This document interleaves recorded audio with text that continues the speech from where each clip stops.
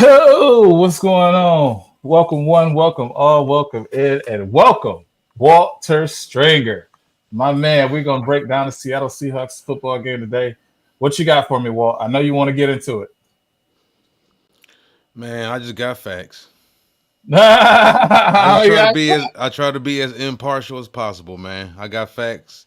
I got yeah, honesty for people.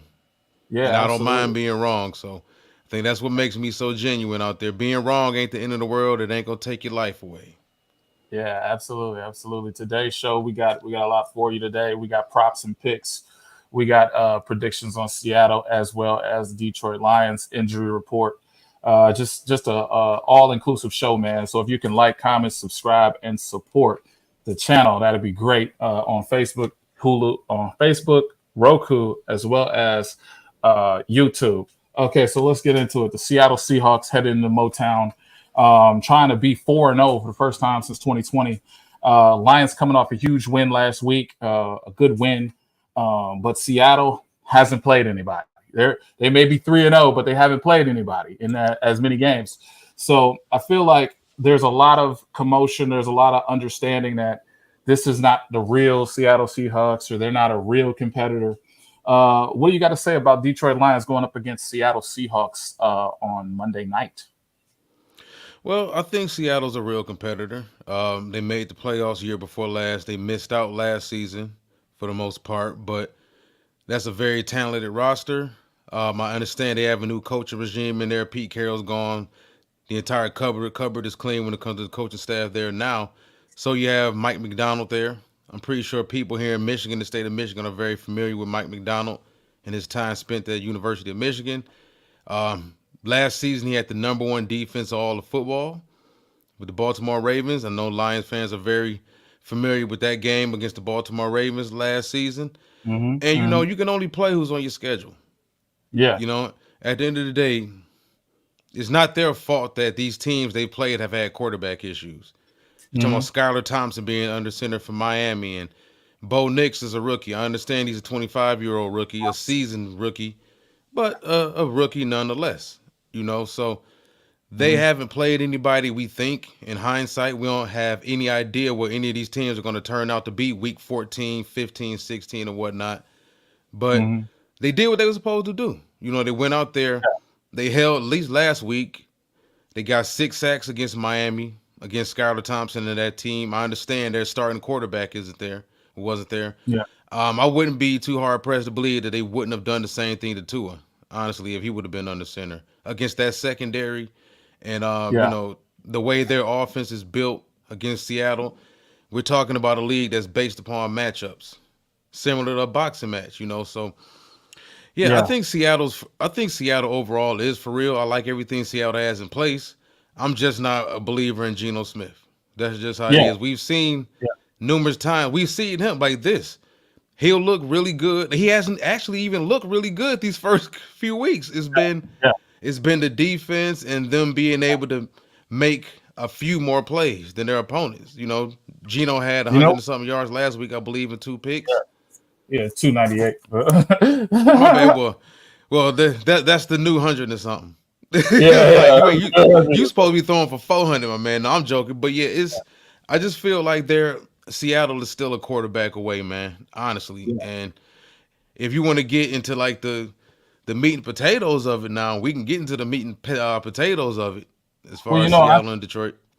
I just feel like when you look at the weapons on this team, when you look at the weapons, I liken them to us. I see that they're a team that has the X receiver, they have the Y, they have the two back set, they have all the guys there. Gino is almost, I would say, similar to Golf in a way where he is a guy who came into his own a little bit, was discarded, came into his own, but at the same time, I feel like there is a, I don't want to say lack in his ability or capability, but there is. Geno Smith is what he is. He can throw for 4,000 2 seasons ago. He can throw for another 3,900 a season ago, and he has the weapons to curate the football. But I feel like he's not that guy in terms of that. And then we look at the stats. Or we look at the stat line of last week. He was sacked 3 times. His offensive line is not helping him. You could say that DK Metcalf. You can say Tyler Lockett, Noah Fant, who was a leading receiver last year, is second up, And Jigba.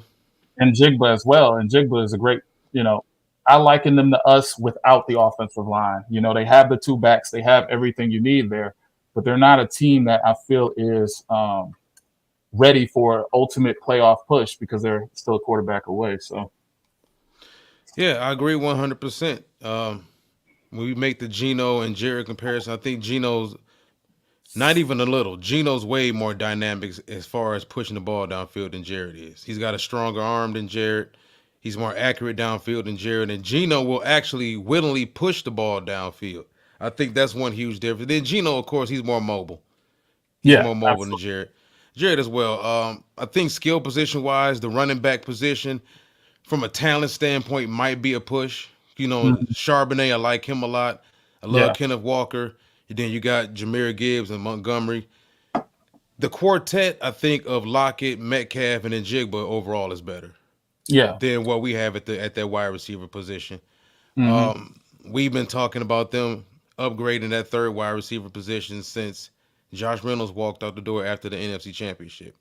And that's a whole nother story, whole nother video as far as what happened over the next 4 or 5 months leading into this season and why we still don't have a bona fide solid number 3 wide receiver. But yeah, I think Seattle's very similar to us. I think they draft very, very well.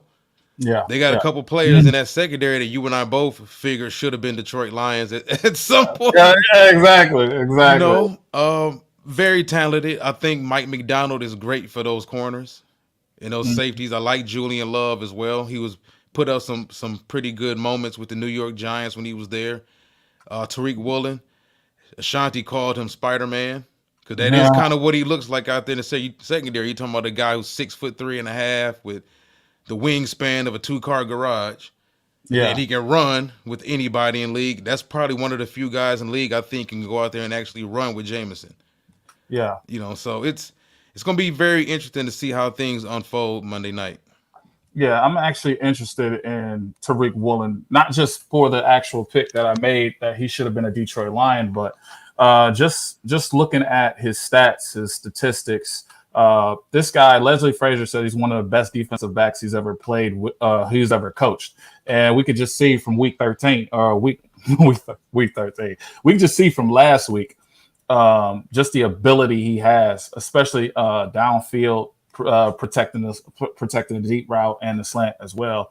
I just feel like he's one of those guys that you're going to have. Jared Goff is going to have to keep him on his toes and keep him like I don't know, keep him away from the ball. 34 passing coverage attempts, none to him last week. So. We know he's a lockdown corner on that side. He should have been a Detroit Lion. It's only right that he should have been a Detroit Lion, but at the same Yeah. time, I feel like, you know, who are the marquee players on that defense? On Seattle's defense or our defense? Seattle's defense. Mm. We just mentioned a couple of them. And then you got Kobe Bryant. You got Witherspoon, who's a bona fide stud in the making. If we anybody who pays attention to Mike McDonald and how he runs his defense, how he conducts it, what he prefers, going back to Michigan, he Mhm. loves to be able to bring pressure on the interior with two guys, which is something you don't really see defense coordinators ask of their teams anymore. I want two guys to be responsible for this pressure. And when he was in Baltimore, he had Michael Pierce as the nose tackle, and he had was it in the bouquet? I think I Mm. don't want to I don't want to butcher his last name, but Okay. Pro Bowl player, All Pro player from a year ago. People Hmm. figured that they just blitzed a lot. Whenever you lead the league in sacks, teams assume and fans assume that you just blitz a lot.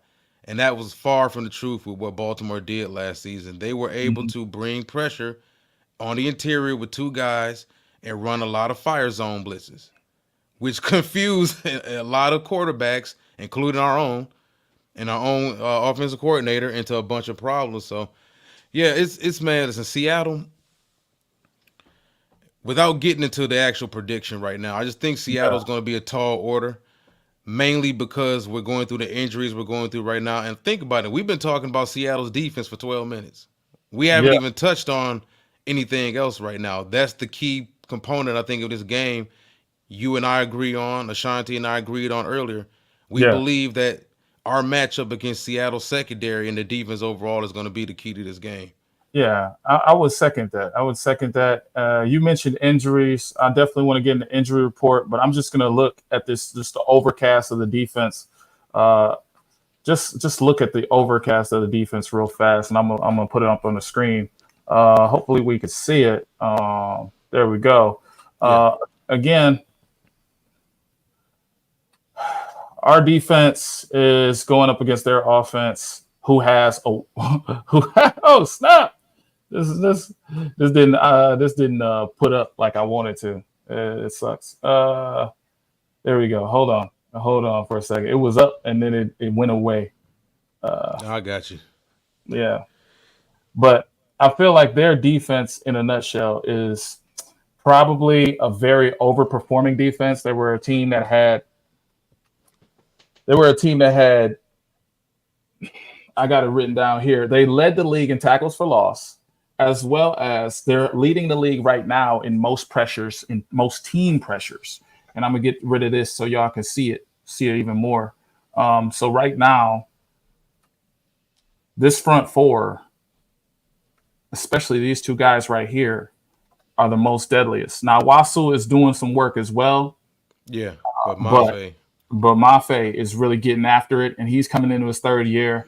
I just feel like this team is a little bit built up.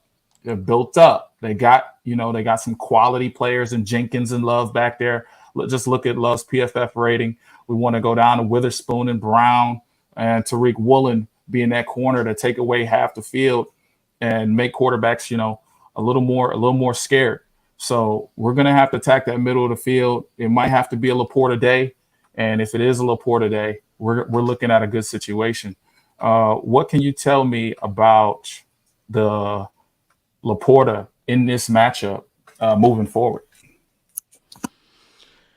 he has an advantage because they don't have anyone that can really match up with him at all, unless Mike McDonald, scheme wise, decides to get more creative and versatile with Woolen, maybe throw Woolen at different people at certain points in times of the game because he's a unicorn at corner. He has the size, athleticism, and length to really go out there and cover tight ends. He's got the change of direction skills and the natural pure speed to match up with shorter guys, smaller guys. He got the size to match up with bigger, faster receivers. If they had Metcalf, if we had Metcalf, he would be matched up with Metcalf, and I think people would have no problem with putting him on Metcalf. Mm-hmm. But Mm-hmm. yeah, I think it's the one thing about that defense that you had up there, Mm-hmm. and I understand it only happened in one game. Yeah. But the one team that really ran the ball on them was the one team that put forth a conscious effort to do it, and that was New England. And New Exactly. England got 185 on them. Exactly. The Dolphins couldn't generate a damn thing last week, offensively, Mm-hmm. passing game wise or in the run game. And then, Denver, they would talking about playing against Bo Nix, a rookie quarterback. Denver has their own issues offensively as far as personnel, offensive line, not really being able to generate their own rushing attack as well. So it's going to be interesting. I think we can definitely run the ball on them. Oh yeah, Definitely. I think absolutely. that's what it's going to have to be. I think we're That's going to have to really ugly up the game because if it comes into Jared Goff having to throw the ball 26 plus times, it's going to be a problem. yeah, yeah. I just feel like there needs to be an emphasis on running the ball, running the rock, getting first downs on third down. We know we had a pivotal situation 2 weeks ago where we were like 1 for 7. 1 for 7 on third down, as well as like 2 for 9 in the red zone.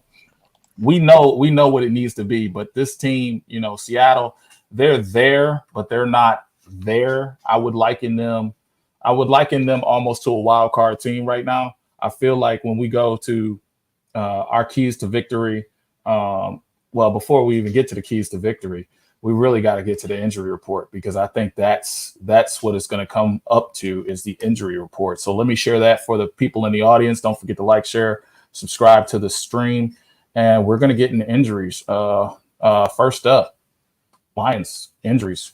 We're going to talk. we're going to talk injuries today and blow it up for you because this is not good. Ragnar might not play in this game. Sam Laporta limited everybody. Sam Laporta did not. Ragnow did not practice as well as Melifonwu. I'm not worried about Melifonwu. I've said this in the past. Walter Stringer, what you got for me? Well, your mic's muted. My bad. Excuse me for showing respect, brother. Showing Oh respect. no, you good. No, yeah, I think Dan Skipper dealing with a rib injury. He's probable. Davenport, everybody has known all week. He's out. The Derek Barnes knee injury turned out to be, I think, a little worse than people imagine. He's out. As you mentioned, Melifonwu, he's out. I think he's one of those big-time potential pieces that could help transform this defense potentially when he comes back. If he ever does come back, I don't know with the way things go with these teams and these players from now on. But Aleem McNeil dealing with that shoulder injury, he's probable. There's some guys that are going to play. And I think there's some guys that are going to be left out that we didn't believe were going to be left out. I'm getting a little worried about Ennis Rakestraw, though. Even though it's just, it's a hamstring, but nagging for a couple weeks now. Definitely. I feel as if when we look at this Seattle front, okay, and I feel like everybody's going to play for that Seattle front, but if I go back to the screen, we're going to go down, we're going to check it out. I feel like the Seattle front can get after us a little bit. With Ragnow out, and you move Glasgow maybe to center, and you insert Kobe Sorsdahl, he's going to have to go up against potentially, one of the, rookie of the year candidates. He's going to have to go up against, Byron Murphy and an outstanding front, especially when they're doing a lot of stunts with Boye Mafe. It's going to be interesting to watch Kobe Sorsdahl development. I want to see more linemen be developed here because we got an aged up front. We got Zeitler there. I trust Zeitler. We got some guys, and we got a young stud in Sewell who's going to be here for the next 10, 20 years. I just feel as if he got it. I said 20 years. That boy plays until he's 40. Old man Sewell, boy. Old man Sewell.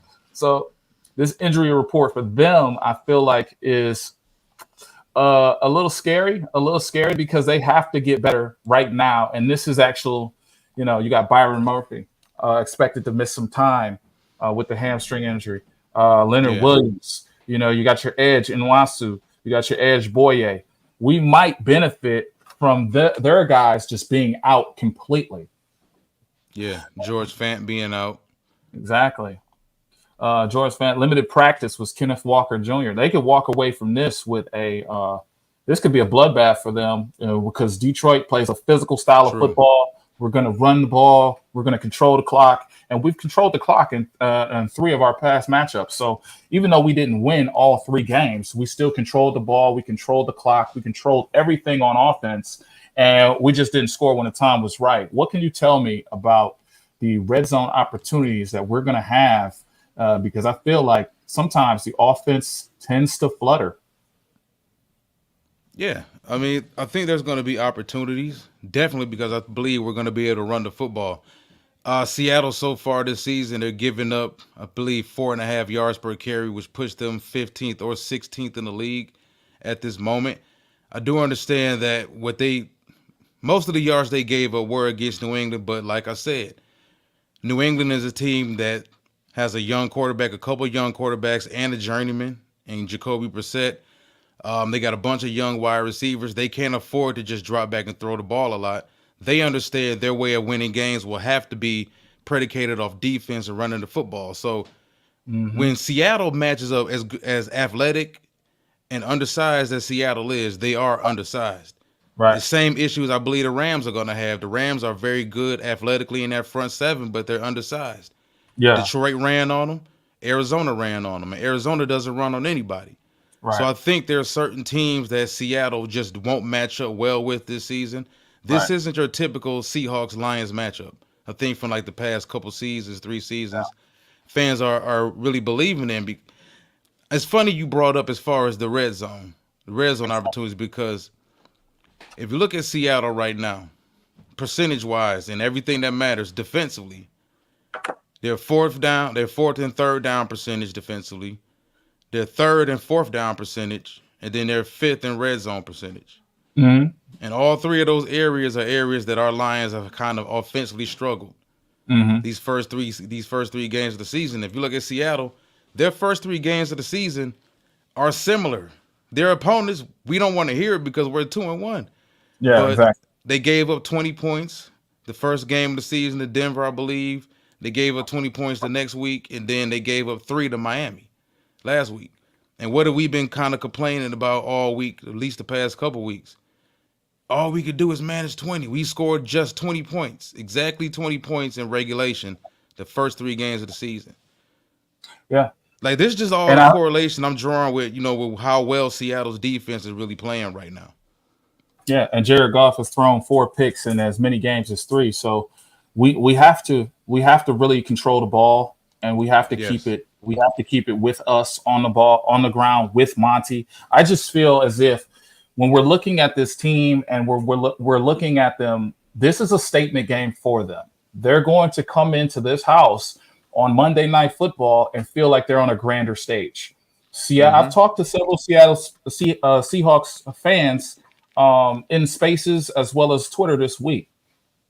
Most of them are counting this as a loss automatically. I know the team isn't. I know Frazier, McDonald, none of those guys are. The people on that team know this is a statement game for them and their franchise to get back on track and get back amongst the winning ways. Jared Goff is 5-6 against Seattle, period, in his career. I'm just hoping that we don't put up a goose egg or we don't uh, flutter in the red zone and all those mistakes happen. Well, I think this is a gut check for us. And I think it's a gut check win because all of the situation, everything surrounding this situation isn't the most opportune. We got Mm-hmm. guys missing. Seattle got guys missing too, of course. But you Mm-hmm. look at the fact that the defense has played as well as it has played the first 3 games, and now boom, you snatch 3 players away from AG. So now he's got to make adjustments. To me, Mm-hmm. it just feels like a game that if we're gonna win, it's gonna have to be ugly. Absolutely. To You see me, that? You see yeah, that? yeah. I just think Yeah. if we're gonna, I don't think it's gonna be pretty. I don't think this is the game. I know Ashanti mentioned earlier on our show that he felt like this was the game that Golf was going to eventually break out of it. I don't. I think statistically, if you look at what he has to match up against, if it's going to happen, I just don't think it's going to be this week. You look at Seattle as a pass defense; they're first in yards, they're Yeah. second in touchdowns, and as a unit overall, they're second in yards given up.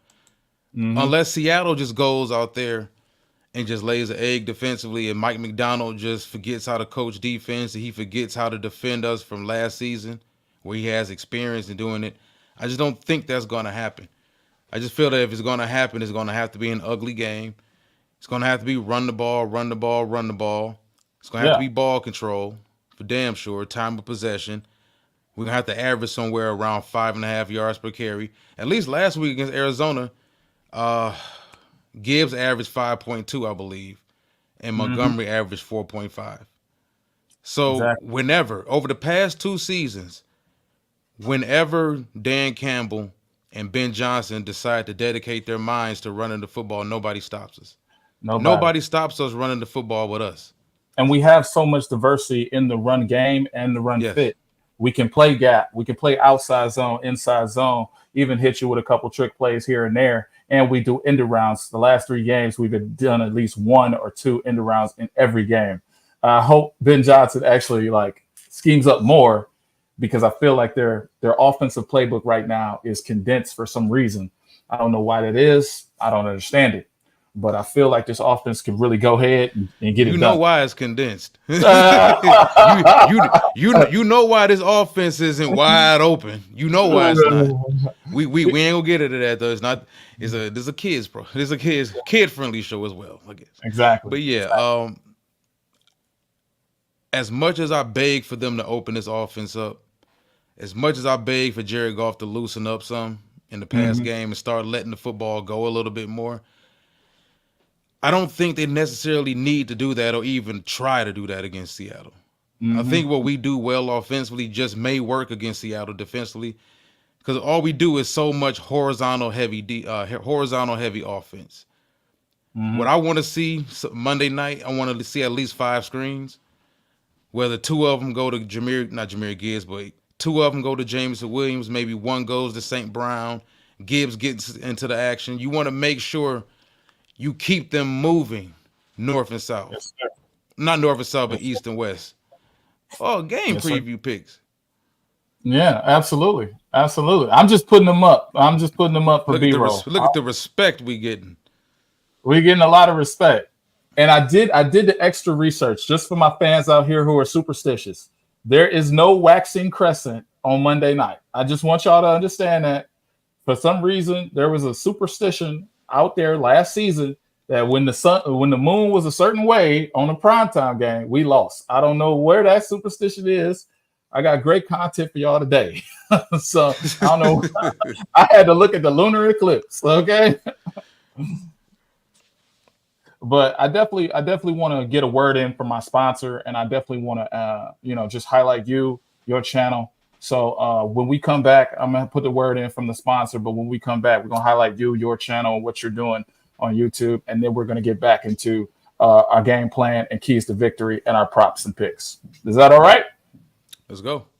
I got you. This is a Huddle Sports Network broadcast. You can find us on Roku TV, Amazon Fire Stick TV, Facebook, and YouTube. Get all your sports news here first. The daily podcasts are Ken and Ken in the Morning, Lions Talk with Smoking Jeremy B, Wrestling Roundup, The Big Football Show, and more, Shield TV, Lions Villain Report, and Red Zone Rant. The afternoon podcasts are Valhalla, Grosef Sports, WCFL Dolphins Talk, The Cheap Seats, The Bodkin Show, Spirit of Detroit Podcast, and Maniacs. The nightly podcasts are Palace Hall Report, Frozen Tundra Network, Skull Gang 365, The Huddle Sports Network Open Mic, First and 10 with Foz, Main Event Football Show, Prime Sports World, The Man Cave, Prim and Proper Sports. Spitballing Podcast, Lions Fan Cave Chat, Puckett, 313 Den Podcast, The Guys Huddle, Shots from the Sideline, Let's Talk Sports, The Michigan Truth Sports Podcast, Off the Rails, NFC Northeast, Power Hours, and Detroit Lions News. Make sure you follow, like, share, subscribe, and comment. Hope you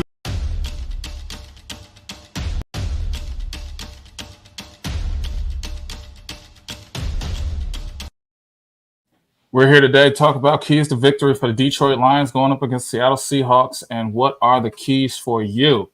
I know my key. His name is Laportawan. I need my young Padawan to get up because my fantasy team is dying. Okay, I need my boy to come up, and I think we can do it against these linebackers. What do you think? I think so. One key I have, at least on the defensive side of the ball, is Aiden Hutchinson. Okay. Aiden has started this season scorching hot. People have said, well, he's had so much success against backup tackles. Well, he's got some more backup tackles this week. Fan is out. Abraham Lucas seems like he's always out. Seems to be that's something that's just a matchup that's going to be terrible for Seattle. They've already struggled protecting and keeping the pressures down on Geno Smith as it is. Now you're talking about, even though Davenport isn't there, and Liam McNeil should be there, and you're talking about an Aiden Hutchinson, guy who's, like I said, he's red hot right now. Don't see anybody stopping him. Him having a big game, I believe, is going to be key to us being successful, as well as how well do we keep them out of the red zone. Now, granted, it's an NFL game. You got Metcalf and Lockett and Jigba and all those guys out there. Geno likes to push the ball downfield. Nobody's saying you have to limit them to 2 red zone possessions. But how often can we limit them to red zone possessions, which means how often do we get off the field on 3rd down defensively is also key. So for me, I'm just giving the running game a check mark. I just feel we're going to stop the run. I mean, we've been stopping the run for 2 years. Like, yeah, exactly. I mean, we've been stopping the run. It's kind of, maybe it's too overconfidence, arrogance, but they give us a right to be arrogant. They go out there and they shut the run down against everybody on a week-to-week basis. So I'm checking that off, that we're going to stop the run. So now it comes down to how well do we get off on those passing downs. Are we letting Geno pick up 10 yards on third and 8 for a first down? Are we having blown coverages with Carlton Davis? I know a guy that you've talked about a lot over the past couple weeks, but yeah, don't do it, man. Don't do it. Yeah, I've been very vocal about Carlton Davis, and I was vocal in the offseason. And for me to say I was right, it is what it is. He's given up 133 yard passer rating to everybody he's played. But when we look at those and we digest those, catches, he's given up 22 yards, 42 yards, 28 yards, 16 yards. So he's allowing the catch. Yeah, he's allowing chunks and first down. So we got to limit that just going into this game. I don't expect him to be traveling with anybody, but these wide receivers versus our defensive backs, like we got to hold that time of possession. I don't care what they say. And I've seen a couple videos this week. Shout out to There Goes Bobby. He did a very good film study on Jameson Williams. I don't know if you saw it, but we weren't throwing the ball to Jameson Williams. J-Mo was wide open. And then we were getting killed in the secondary. I don't care what they say. We was getting killed in the secondary. Okay. It wasn't until Aaron Glenn adjusted and did his thing that our secondary held up, gave up 64 yards to Marvin Harrison Jr. Don't you think we're more equipped? This probably is the most equipped defensive back room that we've had in forever. Yeah. Oh yeah. To really deal with it now, because we play even giving up the yards we gave up last season to different guys, DJ Moore and Justin Jefferson and CeeDee Lamb. Even Godwin from a couple weeks ago had a huge first half, did nothing in the second half. So we've done a good job of making adjustments in the second half, at least defensively. When it comes to making sure, okay, CD doesn't get 240 on us. DJ Moore doesn't get two. Oh, my bad. I didn't know it would play some music. Yeah, go ahead. DJ Moore. I just think it's relatively simple for us defensively. Just keep playing what you've been playing. That's it. Don't listen to these fans that's telling you gave up 20 here and 20 there. Well, that's not good enough. He gave up a chunk play, and Aaron Glenn hasn't changed and all. Like, no. Keep doing what you're doing. Screw them. Our defense has been saving us, man, and I think that that's a credit and testament to Aaron Glenn. And then the in-game adjustments. That's what I was really impressed with during the Cardinals game. We seen an issue in the first and second quarter where, hey, look, we got one-on-one coverage. We're playing primarily man, and our rookie cornerback is getting beat like a drum. Let's go cover 4. Let's go cover 3, and let's have Kirby be a shade over the strong side to Marvin Harrison Jr. And speaking of Kirby Joseph, I'm gonna get into this right now. Kirby Joseph, I need a pick from you, man. I know you have your 10th career interception. I know you in as many games have came down with a pick, and your coverage grade, in all actuality, is tremendous. Let me bring that in. Kirby Joseph has been a star in terms of coverage grade. In terms of, let me remove this banner, but he's been a star. Nonetheless, Kirby Joseph has been a star. I hope he gets paid. Obviously, on this channel, we love him. Obviously, we picked him, but he's been a star. We're gonna need a pick from Geno Smith because that's going to be the defining difference, especially if we're on the wrong side of the turnover battle. So that's all I got to say about that. I need Laporta to shine. I need Kirby Joseph in actuality to shine. And like you said, we need to run the ball and get back on the clock and do that 36, 40-minute game with the running backs we have. We 4 quarters away from a bye week, then heading to Dallas. Do what you got to do to get to 3-1. I don't give a damn how it looks. I don't care if Metcalf have 11 catches for 190 and 2 touchdowns. If them 2 touchdowns is all Seattle scores, that's all that matters. I think sometimes fans get preoccupied with the wrong stuff. It's about winning, and it's about the overall performance of the defense, not just, one wide receiver got 115 on us. The defense was terrible. No, the defense would be terrible if one guy got 115, another guy got 94, another guy got 148. Now you're talking about terrible defense, but the other guys get paid too. That's it. And there's receivers in the league that if they have a capable, competent offensive coordinator, they're going to put up numbers. That's just how it is. Sometimes you can't stop it. Now, we haven't seen Justin Jefferson yet. Justin be torching us bad. Yeah. But it's going to be interesting to see how we match up with Minnesota also this year. Kudos to you. So far you brought up Minnesota, that you felt they were going to be our biggest competition in the division, and so far they are. I I don't just keep know. being right, but nobody I want to give don't. me a job just doing this full time. It's crazy. What were Well, I sports? don't. I'm not so sure. I'm not Yeah. so sure how good old Sammy boy is going to be later on in the season, but they winning right now. And he looks very good. We've seen him look very good at the beginning of the seasons before. Remember his first year with Carolina? Didn't they Mm-hmm. start like 4-1 or something? And Mm-hmm. then the bottom fell out. And then next Mm-hmm. thing you knew, they had the number 1 overall pick.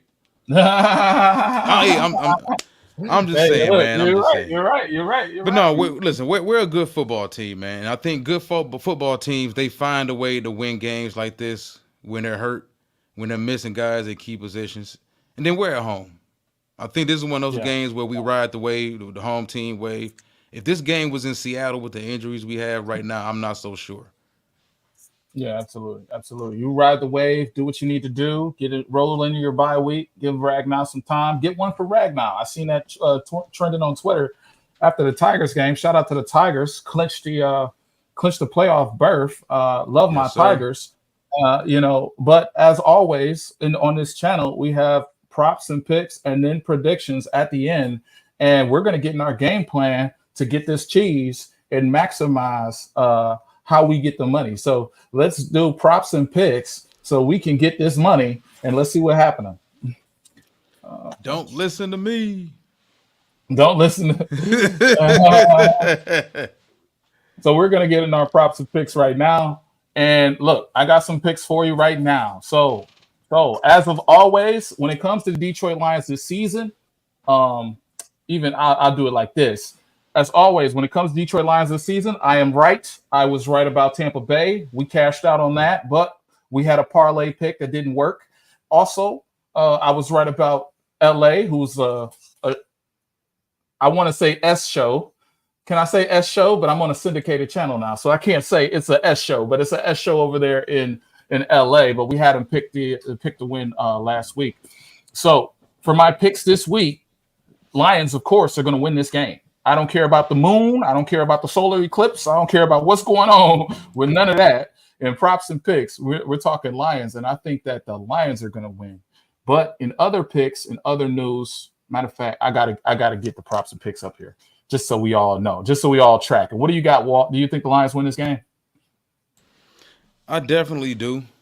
Mm-hmm. Like I said, it may be contradictory when I said earlier in the show that I think it's going to be a tall task. I do think it's going to be a tall task. I expect Seattle to play us tough. Mm-hmm. But like I said,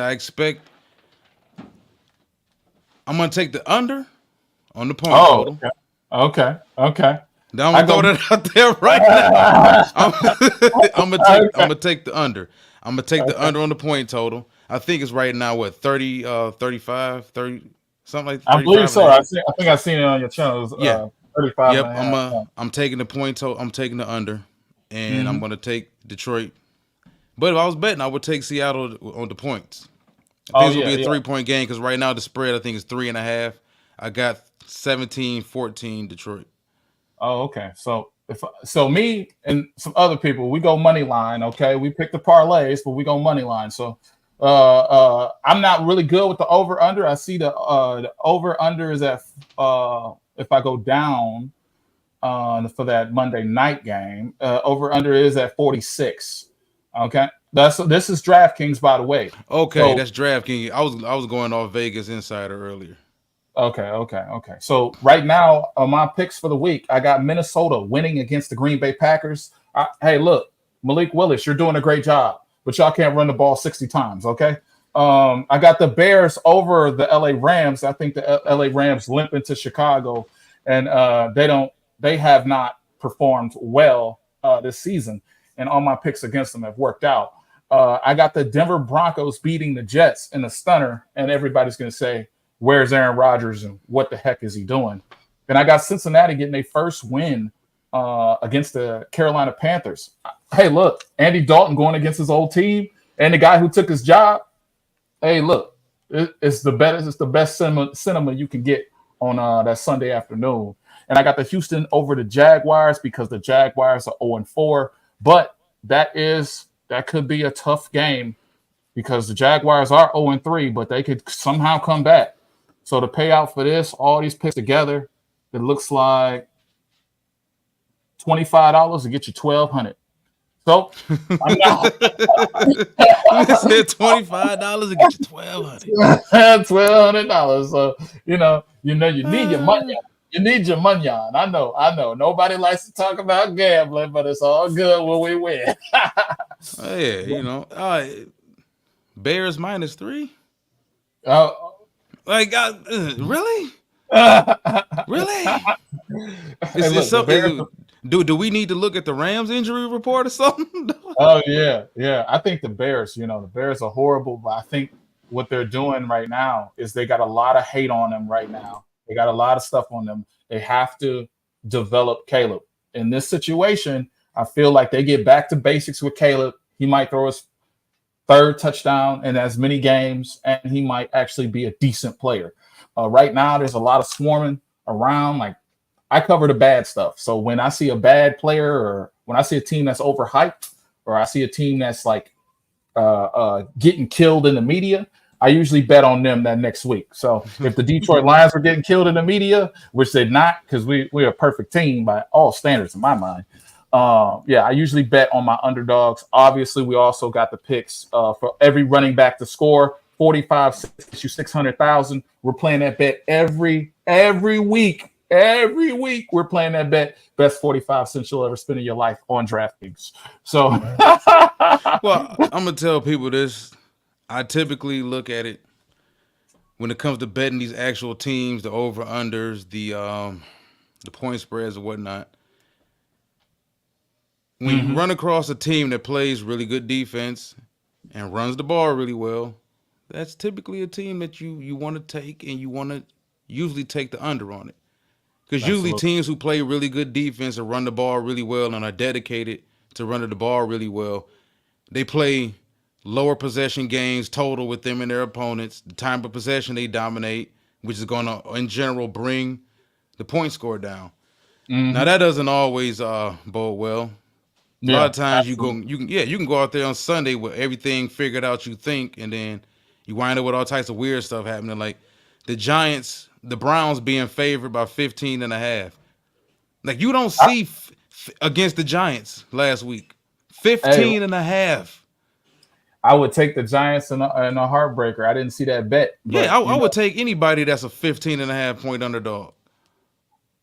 Oh yeah, matter of fact, that's easy money. That's easy money. Look, 15.5 and probably plus $330 get you what, $300. Hey, look, you see that in college football. You don't see I don't know what Vegas was on that game at all. And it ain't like it was the Giants versus the Chiefs or nothing like that. It was the Giants versus the Browns. And I feel like this injury report is brutal. It's very brutal for Seattle. So you got to look. This is an easy win for the Lions. We got almost everybody did not practice. Almost everybody. And then everybody had a light practice. When you get into stats and statistics, they're not at a full strength. There's no way their front is at full strength. And we can really put up some points on them, and that could beat that Seattle curse. I think I see it in a chat. The Detroit Lions are well overdue to beat the Seattle Seahawks. And again, I'm 3-0 with these picks. Again, gamble responsibly. Okay, all right, gamble responsibly. All I can tell you. Get your Bitcoin. That's the only for sure thing I could tell you. But other than that, can't tell you nothing else. So don't blame me if the picks don't come through and you lose $25. Okay? Gamble responsibly. Use DraftKings. Shout out to DraftKings, the future sponsor of these videos. And you gotta put in the universe. In the universe. But yeah, with 15.5, you're gonna take it. You got to take those teams that are beat down, like Ravens last week. Everybody was like, the Ravens ain't gonna win. Da, da, da, da, da. I'm like, they're going up against the Dallas Cowboys, who struggled with the run for the last 2 years. They're gonna run the ball, control the clock, and they're gonna throw a touchdown on the ground, one touchdown, and run the ball all game. And what happened? That's what they did. So we're gonna monetize this. We're gonna have we're gonna have a prize pick show, and we're gonna show you how to make some money off these players, teams, and personnel. So without a doubt, I Like, comment, subscribe. This is Spirit Detroit Podcast. We're not out of here. We're not out of here yet. I don't know why they played the end. They played the end like we're out of here. No, we're not out of here yet. But you got to like, comment, subscribe to the channel to get more player props and picks and get film discussions with me and Walt. We go in on all the type of stuff. It's almost that time. No, it ain't. Yeah, we only 3 weeks, but 4 weeks to the college football season. As far as college football, draft talk and everything. Yeah. Absolutely. Look. This is my biggest concern about the Lions, man, especially going up against that front. And I'm going to share this tab, okay? This is a big issue for me. The Awasaka going to get Jared Goff sacked. I'm just telling you right now. So Awasaka, he's a waste of time. We know that on this channel. We've said that for years. We're not picking the Lions to lose. Of course not. But look, okay, when it comes down to this Awasaka character, he is not capable. He is not anything of an NFL caliber starter, in my opinion. What do you think about Awasaka being the greatest weakness this week? Call this man the greatest weakness. Honestly, yeah, you're right. You're right. He's not the best. He should be a backup or a third string guy. That's what he started out as. Zeitler's been getting some. He's been getting some heat too. He's first 2 or 3 games. Glasgow sliding over the center. I'm not sure if he's more comfortable at guard or center. I don't feel real comfortable about the interior of our offensive line at all right now. And this is something we discussed over the offseason. We discussed it the previous offseason as well.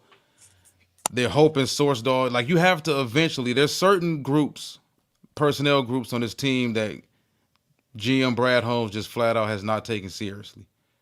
And I think outside of the Penei Sewell pick, what else is he really taking seriously on this offensive line? Like he's taking the cheaper route in free agency with guys like Zeitler, and then bringing back Glasgow, good old faithful reliables. Yeah, you go out and you spend a late round pick on William and Mary guard Kobe Sorsdahl. Mm-hmm. You draft Manu Giovanni. Was it Giovanni Manu? You draft him in the 3rd round when there were better real offensive linemen, college offensive linemen still on the board. Christian Mahogany is a guy that I thought was supposed to be here, and I heard he had mono. I'm not sure how true that is, but did hear that from Mark Orem. Mark usually on top of that stuff. So that explains why he's been missing in action since July for the most part. I think we would be a lot better off if Mahogany hadn't been slowed by his issues, and he would have had an entire training camp, and he would have been here. I would feel a lot better. Yep, I'm hoping Mahogany's the truth too, man. 4-year starter over there at Boston College. So yeah, I just think that the interior of the offensive line hasn't been taken seriously. And absolutely, I think so too. For us to have an aging left tackle and Taylor Decker, guys get paid and then guys fall off. Not to say that that's him, but Father Time catches up with everybody. Yeah. So, Penei Sewell is Frank. Frank is an all-pro player, but let's be honest, Frank running on fumes. Yeah, he's running on fumes. This is something else, and I think one of your subscribers said it like 15 minutes ago. Like, center is a position that we need to be looking at in this draft. I don't care if it's a tackle. I don't care if it's a guard. I don't care if it's a center. Because let's be honest, you could agree, tackle is another position that needs to be looked at. Whether you just paid Taylor Decker or not.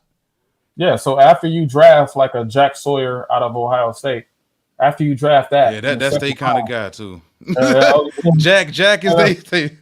Hey, look, Jack's they type of guy, man. I'm putting out the predictions a year ahead, so once y'all come back to the videos, y'all be like, "Dang, this guy got another prediction. That's like 10 in 3 years." I'm like, "Yeah, it is what it is." We got it. Look. And I got something special for you.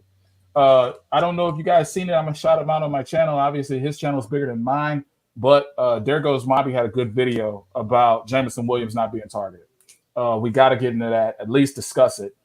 Jameson Williams not being targeted last game. He was wide open several plays, at least 5 that we can count, where he was wide open. This offense shouldn't need hook and ladders to score or to do anything. You have the weapons in Jameer, Jamo, St. Brown, Laporta. You have the weapons there, and I know Laporta was hobbled during the game, but again, there's no excuse for this. When we look at a quarterback like Jared Goff, who gets paid $212 million a year, we need you to be what you are, a distributor of football, getting it to the right hands, making the right decisions. I think he can do that this week. Now, I wanted to get into this. This is something I feel like needs to be said right here. The JMO tracker is live, okay? Right now on the season, JMO and Amon Ra got the same stats almost. Same stats. Jameson Williams, 209, 207, okay? So the JMO's on pace for his 1,000 yards. He's on pace. But we got to get him there. What can you say about JMO? I think you and I have had this discussion before. I'm not sure if this offense is what's best for Jameson Williams. Maybe not even the offense. Sometimes quarterbacks and wide receivers just aren't good fits for each other. If JMO was somewhere else that was more of a vertical offense that would actually showcase what his ability is, if he played with a more vertical quarterback, you're talking about a guy that would be putting up bigger numbers. We can blame him not playing his rookie year as much as we want. We can blame him and say he's supposed to get on track with Jared Goff or whatever it may be. That's a talent out there that you traded all the way up to get.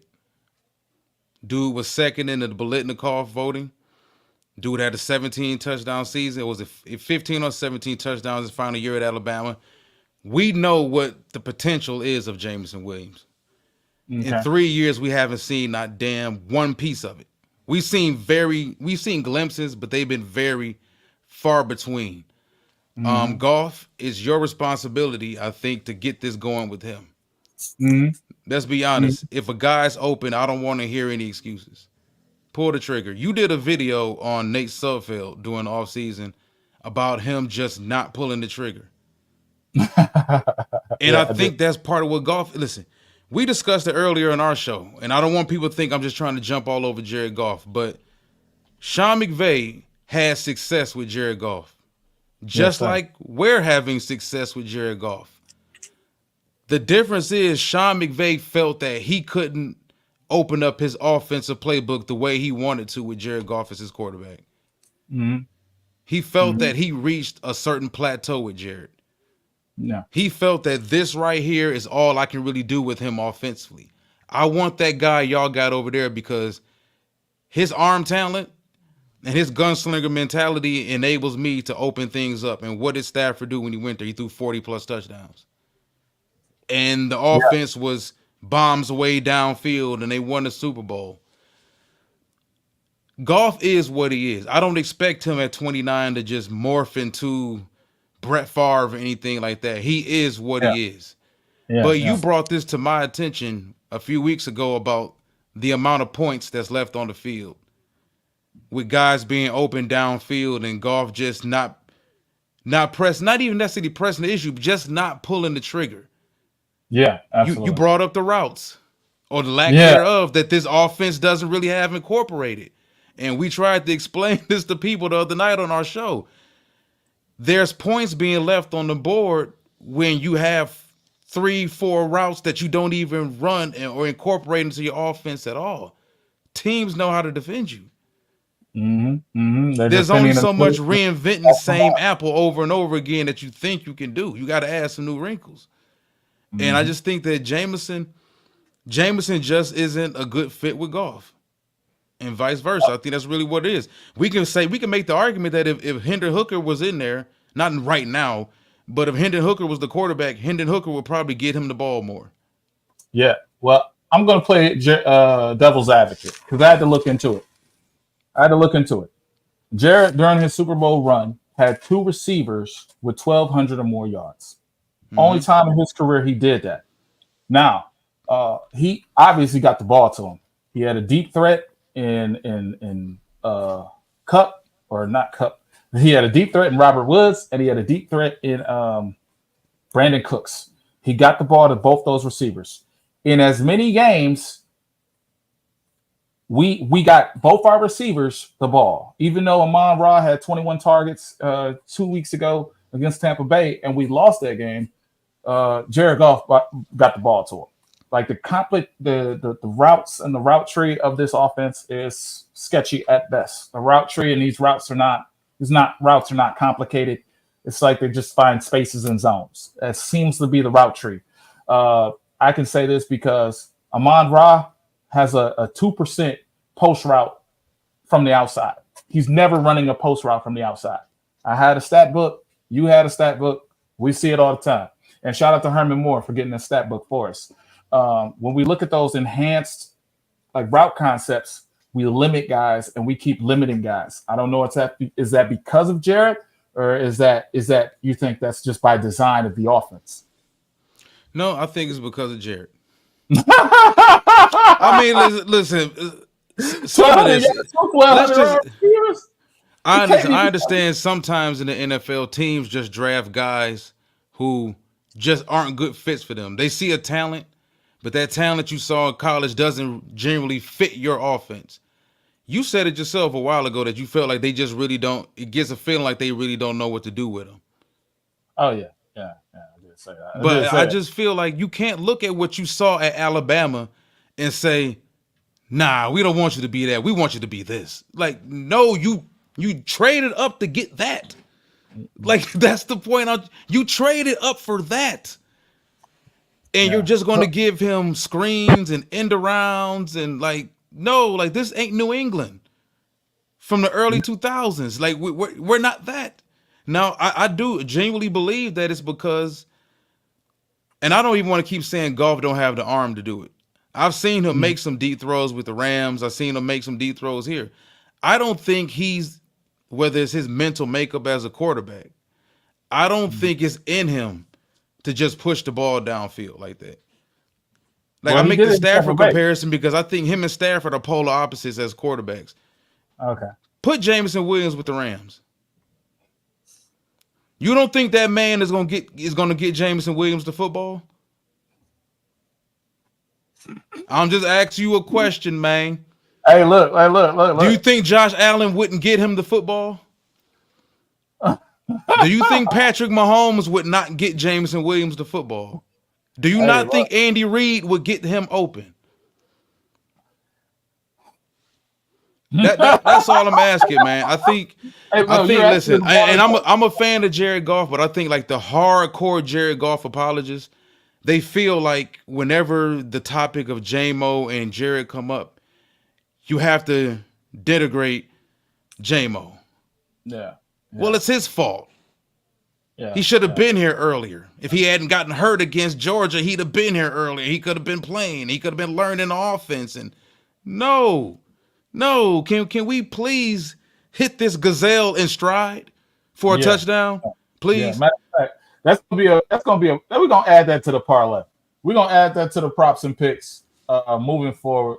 As you know, if you're just coming in the stream, we're gonna add that to the props and picks. We got the Detroit Lions money line, Cincinnati Bengals, Minnesota Vikings, Houston Texans, Chicago Bears, Denver, all winning, and we're gonna add a parlay of Jameson Williams touchdown as well as plus 50 yards, over 50 yards.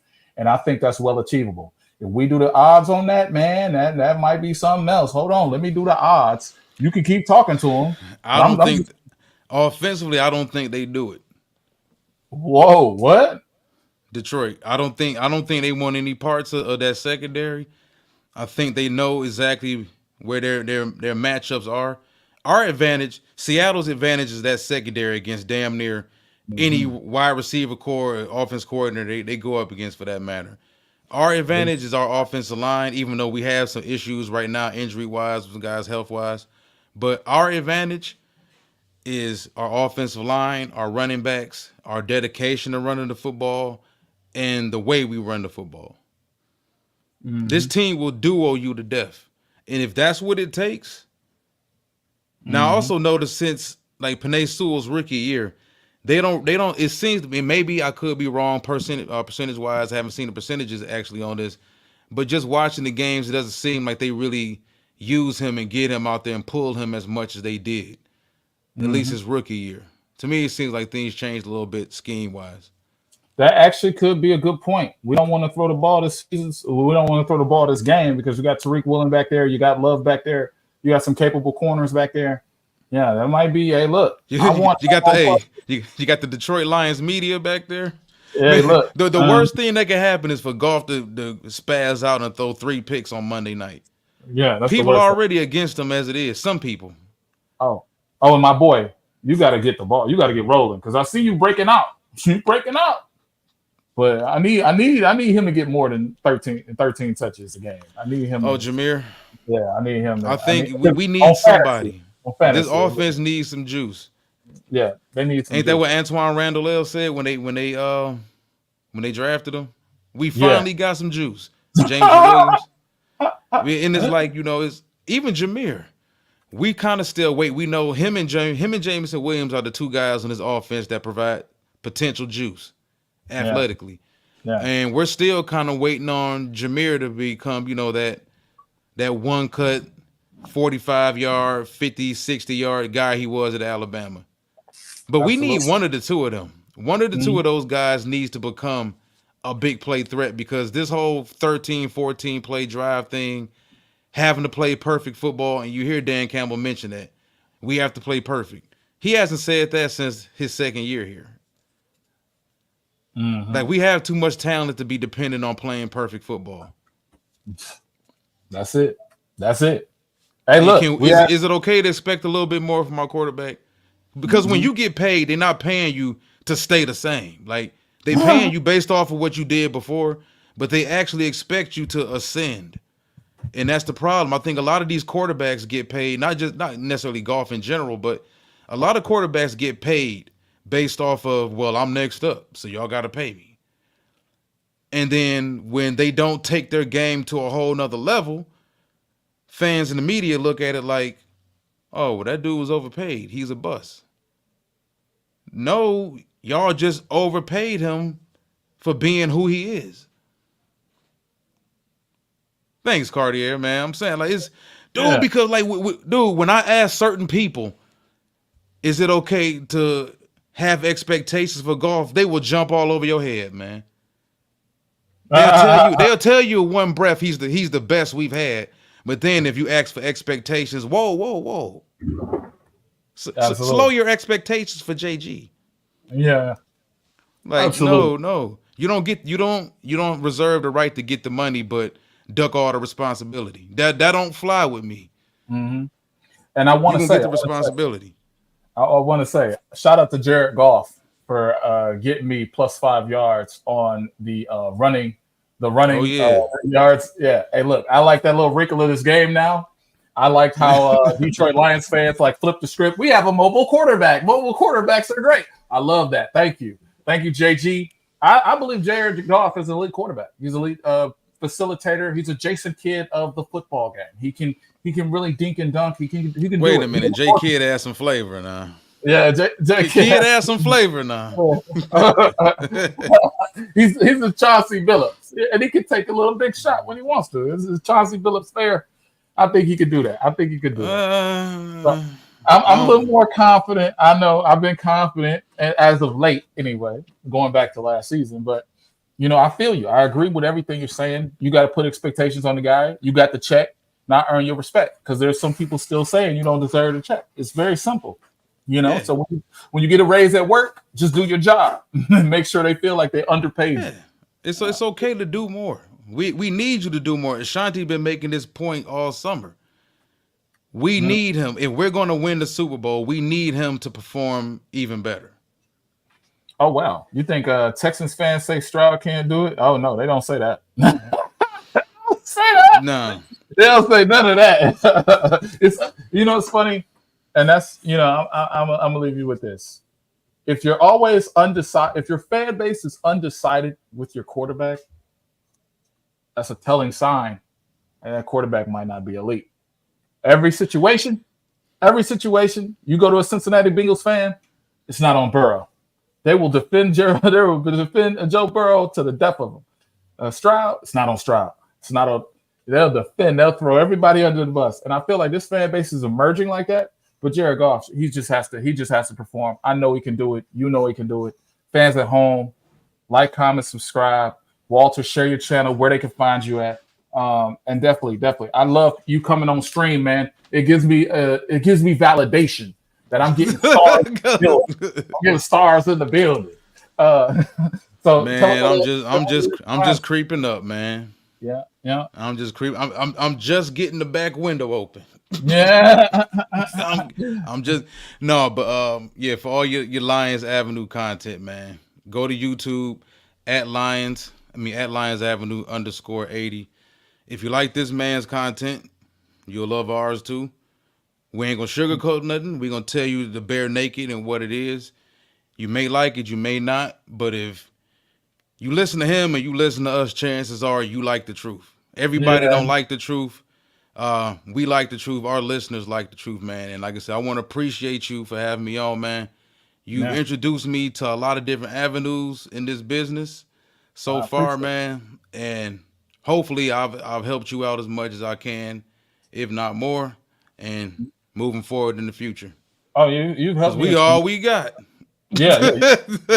You've helped me tremendously, not just because of your guest starring, but obviously you introduced more elements to my channel.